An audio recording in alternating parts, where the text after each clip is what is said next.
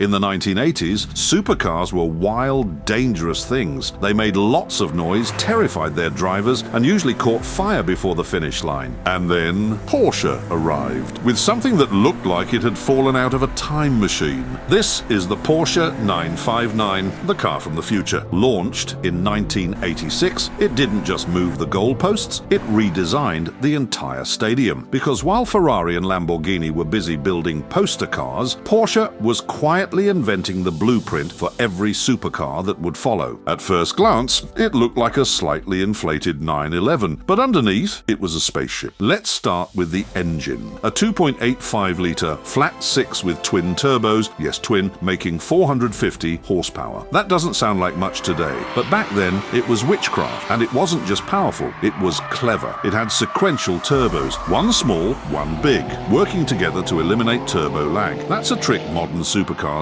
still use nearly 40 years later. Then there was the all-wheel drive system. Most cars at the time barely had rear suspension that worked, but Porsche gave the 959 a computer-controlled AWD system with adjustable torque split, something so advanced it made NASA jealous. The suspension could raise or lower itself depending on the terrain. You could drive it across the Autobahn at 320 kilometers per hour, then take it off-road and storm through gravel like a rally car. And yes, Porsche actually did that. They entered the 959 in the Paris Dakar Rally, a 10,000-kilometer death race through the desert, and it won twice. It was part supercar, part rally monster, and part science experiment, all wrapped in German precision. Inside, it wasn't some stripped-out racer either. You got leather, air conditioning, heated mirrors, and even a stereo, because Porsche believed that speed and comfort didn't have to be enemies. It cost about $225,000 back then, more than a house. And Porsche still lost money on every single one they sold, because this wasn't about profit. It was about proving